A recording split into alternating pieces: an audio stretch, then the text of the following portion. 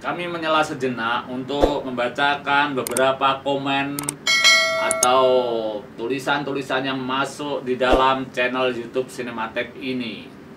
Saya akan coba menanggapi beberapa, siapa tahu akan menjadi bagian dari kita bertukar informasi dan bertukar pikiran.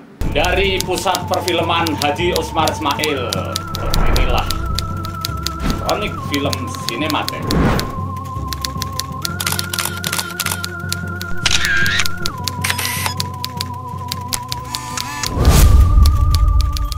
Episode yang lalu saya bicara tentang film yang sempat ditolak oleh panitia pengawas film, yang sekarang lembaga semacam itu namanya adalah lembaga sensor film. Ada 3 film kemarin kita sebutkan, yaitu film Anak Perawan di Sarang Penyamun dan film Pagar Kawat Berduri karya Usmar Ismail, dan satu lagi adalah film Tauhid karya sutradara Asrul Sani. Tauhid adalah film Indonesia yang dibuat tahun 1964. Film ini dibintangi oleh Aidi Moward dan Ismet M. Nur. Di film ini ada juga Nurbani Yusuf dan Raden Mukhtar, yang keduanya juga tampil dalam film Anak Perawan di Sarang Penyamun. Film Tauhid ini mengisahkan tentang Mayor Udara Mursid yang diperankan oleh Ismet M. Nur dalam rombongan jemaah haji yang menempuh perjalanan ke Tanah Suci Mekah. Dalam rombongan itu juga ada guru agama muda yang diperankan oleh Nurbani Yusuf, serta seorang pengarang yang diperankan oleh M.E. Zainuddin. Dalam perjalanan mereka berkenalan dengan tokoh Halim yang diperankan oleh Aidi Moward, seorang dokter kapal yang sudah biasa melayani atau bertugas di dalam perjalanan ke Tanah Suci menggunakan kapal. Tokoh Halim ini digambarkan adalah orang yang sudah terbiasa melayani para jemaah haji dalam perjalanan dengan kapal. Dia sering mondar-mandir Indonesia, Tanah Suci, tapi tidak pernah tergerak untuk menunaikan ibadah haji dengan alasan-alasan tertentu yang diyakininya. Hubungannya dengan Mursid dan kawan-kawan, setelah berdialog bertukar pikiran, Halim akhirnya tergerak untuk ikut menunaikan ibadah haji. Film ini memang mengandung unsur penerangan mengenai rukun Islam yang kelima itu.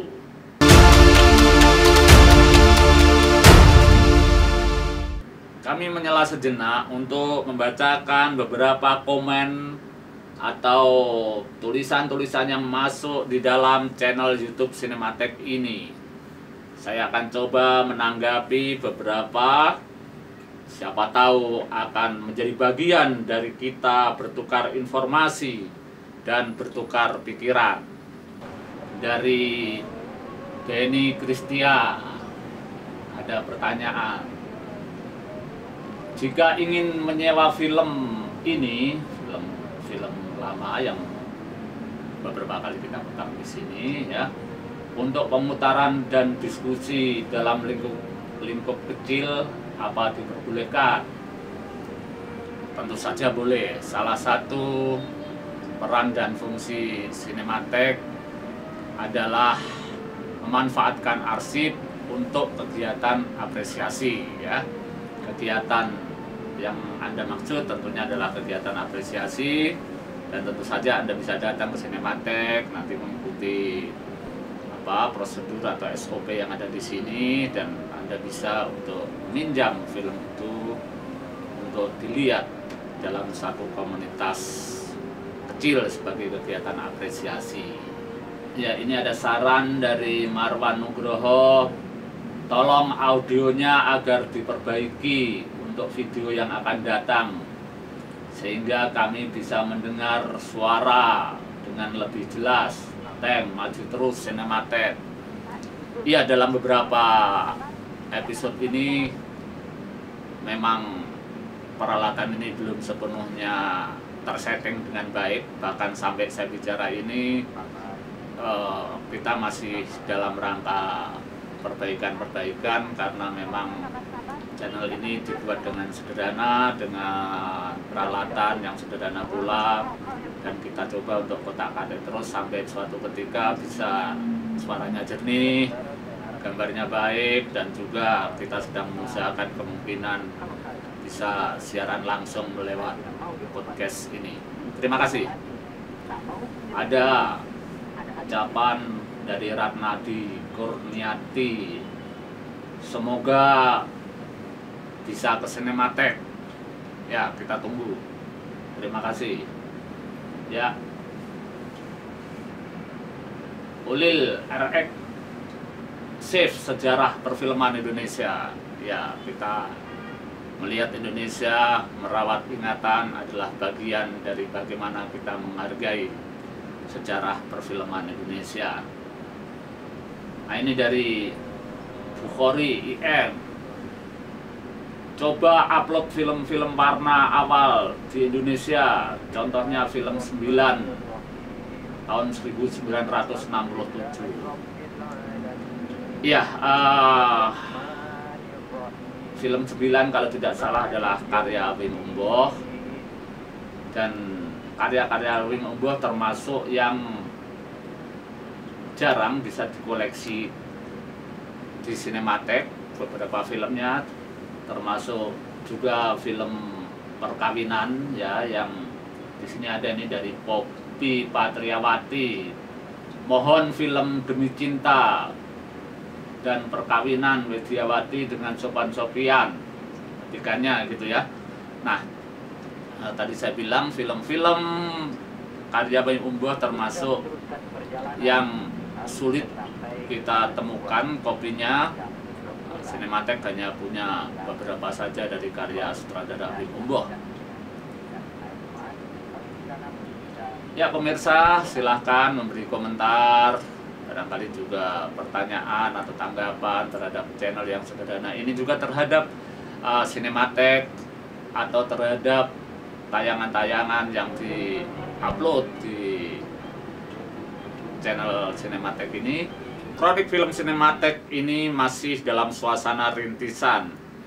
Banyak hal-hal termasuk masalah teknis yang belum sempurna, tata suara, video, atau tampilan-tampilan dalam channel ini.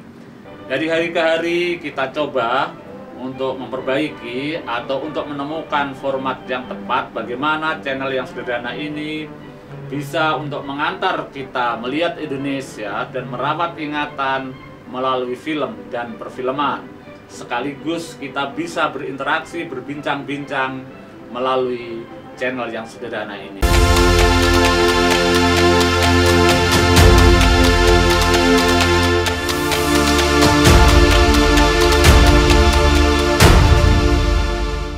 Seperti juga Anak Perawan di Sarang Penyamun, film Tauhid akhirnya boleh beredar setelah mendapat persetujuan dari Presiden Soekarno. Film ini dianggap tidak menyimpang dari visi revolusi kala itu, juga tidak menyimpang dari semangat untuk membangun apa yang disebut Nasakom, yaitu semangat menyatukan nasionalisme, agama, dan komunisme yang tercantum di dalam dekret Presiden Soekarno. Penolakan oleh panitia pengawas film semata-mata karena masalah politik yang waktu itu tensi perselisihannya memang sangat tajam. Waktu itu panitia pengawas film dikuasai oleh kalangan pro-komunis dari kelompok Lekra, sedangkan Asrul Sani adalah tokoh lembaga kebudayaan muslim atau Les Bumi.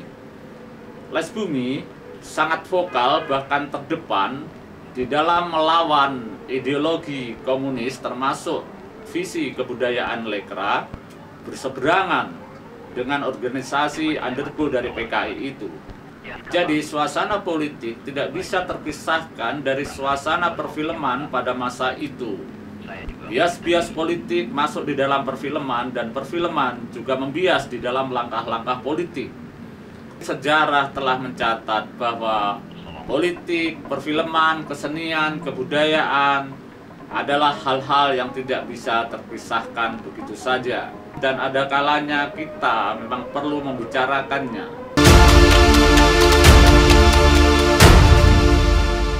Melihat Indonesia dan merawat ingatan termasuk adalah bagaimana kita mengingat peristiwa-peristiwa yang pernah menumbuhkan luka bagi bangsa ini. Selain tentu saja adalah peristiwa-peristiwa menggembirakan yang menjadi tonggak-tonggak kemajuan atau tonggak kesejarahan dalam perfilman Indonesia maupun di dalam kehidupan berbangsa dan bernegara. Semua peristiwa-peristiwa itu, baik kebenaran maupun kesalahan, perlu selalu kita ingat. Itu juga untuk menjaga kita untuk tidak dengan mudah melakukan kesalahan lalu dengan mudah menyatakan maaf, karena peristiwanya sendiri tidak semudah itu untuk dilupakan. Kita akan jumpa lagi. Dari Pusat Perfilman Haji Osmar Ismail, Kronik Film Sinematek.